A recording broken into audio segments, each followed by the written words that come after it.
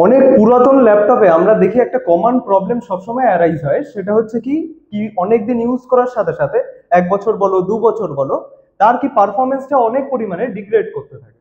তো ওইটার সলিউশন কি হয়?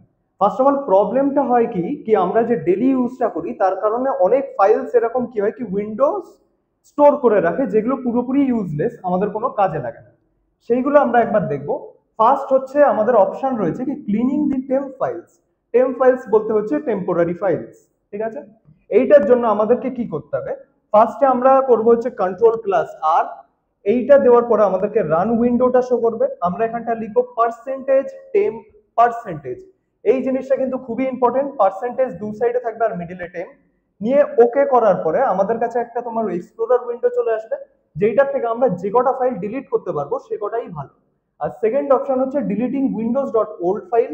সেইটা কি হয় কি আমরা অনেক সময় দেখা যায় কি একটা আমরা নতুন উইন্ডোজ ইনস্টল করলাম, তারপরে দেখবে সি ড্রাইভের মধ্যে এই পার্টিকুলার দেখবে একটা উইন্ডোজ ডট ওল্ড ফাইল থাকে। সেটাকে তুমি ডিরেক্ট ডিলিট অনেক সময় করলে কি হয় কি অনেক তোমার কম্পিউটারে প্রবলেম আসে।